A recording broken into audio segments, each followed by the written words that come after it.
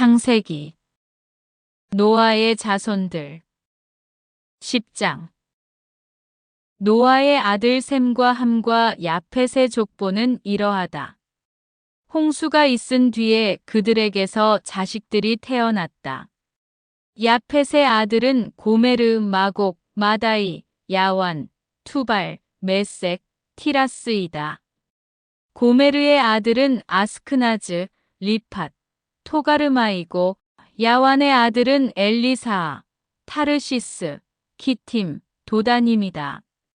이들에게서 바닷가 민족들이 퍼져나갔다. 이들이 지방과 각 언어와 씨족과 민족에 따라 본 야펫의 자손들이다. 함의 아들은 에티오피아, 이집트, 풋, 가나안이다. 에티오피아의 아들은 스바, 하윌라, 삽타, 라아마, 삽트카이다. 라아마의 아들은 세바와 드단이다.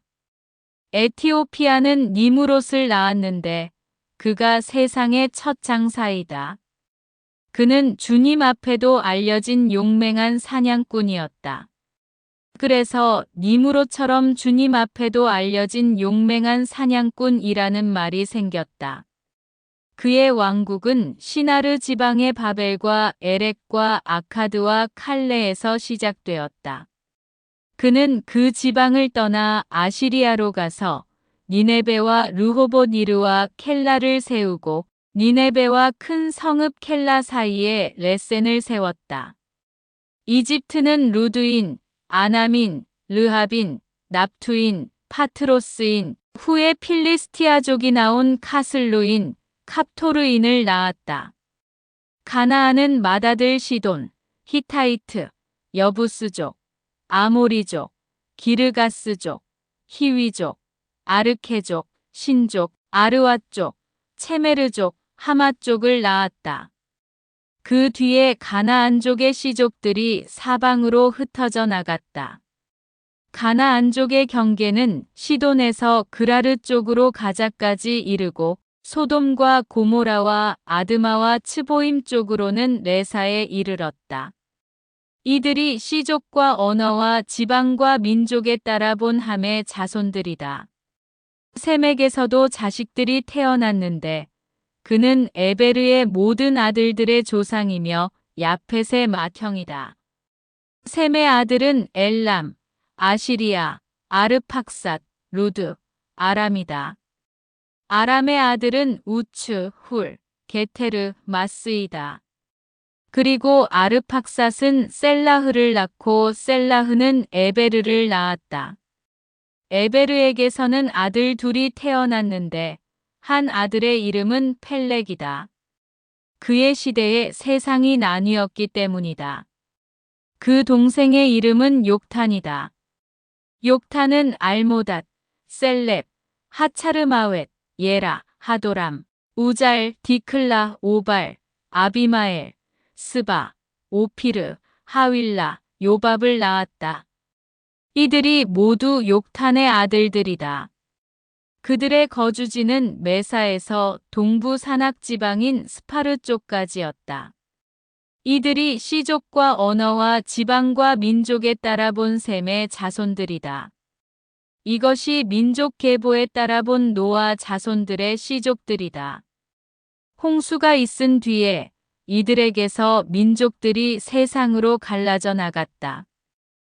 바벨탑 11장 온 세상이 같은 말을 하고 같은 낱말들을 쓰고 있었다. 사람들이 동쪽에서 이주해 오다가 시나르 지방에서 한 벌판을 만나 거기에 자리 잡고 살았다. 그들은 서로 말하였다. 자, 벽돌을 빚어 단단히 구워내자. 그리하여 그들은 돌 대신 벽돌을 쓰고 진흙 대신 역청을 쓰게 되었다. 그들은 또 말하였다. 자, 성읍을 세우고 꼭대기가 하늘까지 닿는 탑을 세워 이름을 날리자. 그렇게 해서 우리가 온 땅으로 흩어지지 않게 하자. 그러자 주님께서 내려오시어 사람들이 세운 성읍과 탑을 보시고 말씀하셨다. 보라, 저들이 한 결의이고 모두 같은 말을 쓰고 있다. 이것은 그들이 하려는 일의 시작일 뿐, 이제 그들이 하고자 하는 것은 무엇이든 못할 일이 없을 것이다. 자, 우리가 내려가서 그들의 말을 뒤섞어 놓아 서로 남의 말을 알아듣지 못하게 만들어버리자. 주님께서는 그들을 거기에서 온 땅으로 흩어버리셨다. 그래서 그들은 그 성읍을 세우는 일을 그만두었다. 그리하여 그곳의 이름을 바벨이라 하였다. 주님께서 거기에서 온 땅의 말을 뒤섞어 놓으시고 사람들을 온 땅으로 흩어버리셨기 때문이다. 셈에서 아브라함까지. 셈의 족보는 이러하다. 셈은 나이가 100세 되었을 때 아르팍삿을 낳았다. 홍수가 있은 지 2년 뒤의 일이다. 아르팍삿을 낳은 뒤 셈은 500년을 살면서 아들, 딸들을 낳았다. 아르팍삿은 35세에 셀라흐를 낳았다. 셀라흐를 낳은 뒤 아르팍삿은 403년을 살면서 아들, 딸들을 낳았다. 셀라흐는 30세에 에베르를 낳았다. 에베르를 낳은 뒤 셀라흐는 403년을 살면서 아들, 딸들을 낳았다. 에베르는 34세 되었을 때 펠렉을 낳았다. 펠렉을 낳은 뒤 에베르는 430년을 살면서 아들, 딸들을 낳았다.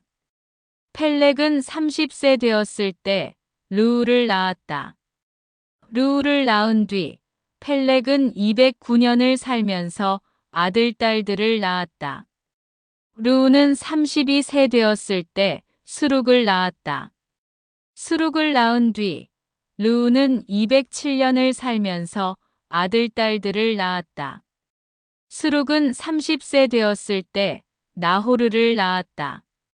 나호르를 낳은 뒤 스룩은 200년을 살면서 아들, 딸들을 낳았다. 나호르는 29세 되었을 때 테라를 낳았다. 테라를 낳은 뒤 나호르는 119년을 살면서 아들, 딸들을 낳았다. 테라는 70세 되었을 때 아브람과 나호르와 하란을 낳았다. 테라의 족보는 이러하다.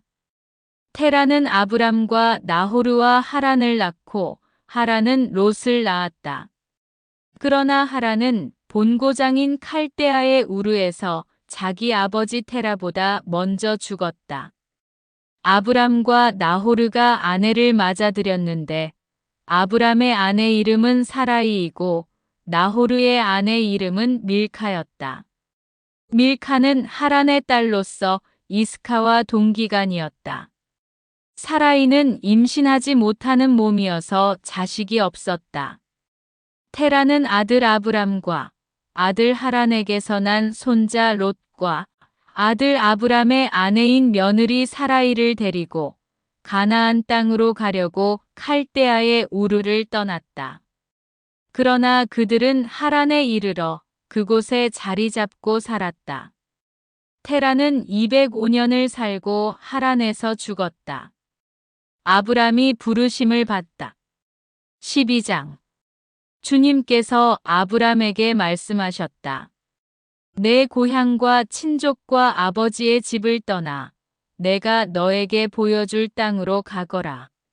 나는 너를 큰 민족이 되게 하고 너에게 복을 내리며 너의 이름을 떨치게 하겠다. 그리하여 너는 복이 될 것이다. 너에게 축복하는 이들에게는 내가 복을 내리고 너를 저주하는 자에게는 내가 저주를 내리겠다.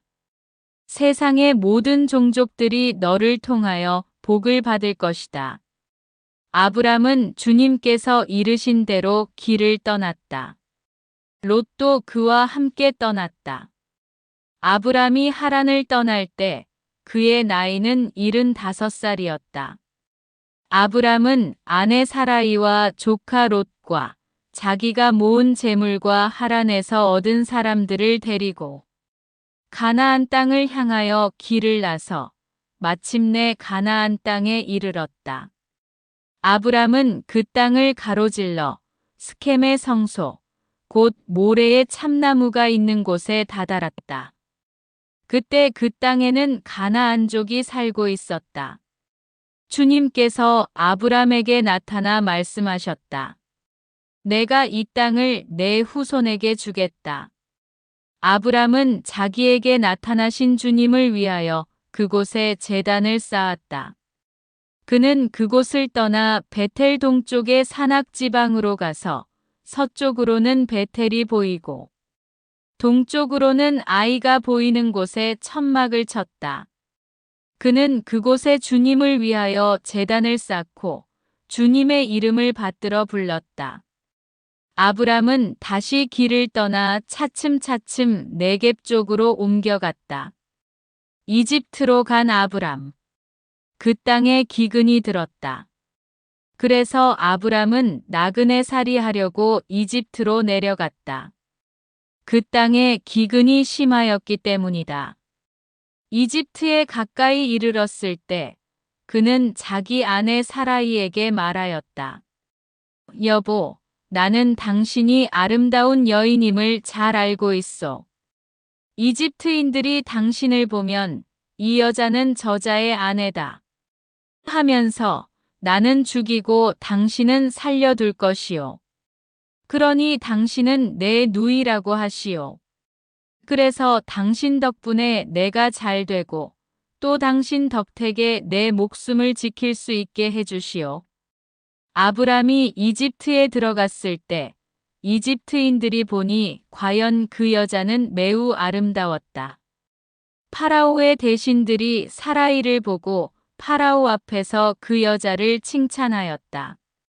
그리하여 그 여자는 파라오의 궁전으로 불려갔다. 파라오는 사라이 때문에 아브람에게 잘해주었다. 그래서 그는 양과 소와 수나귀, 남종과 여종, 암나귀와 낙타들을 얻게 되었다.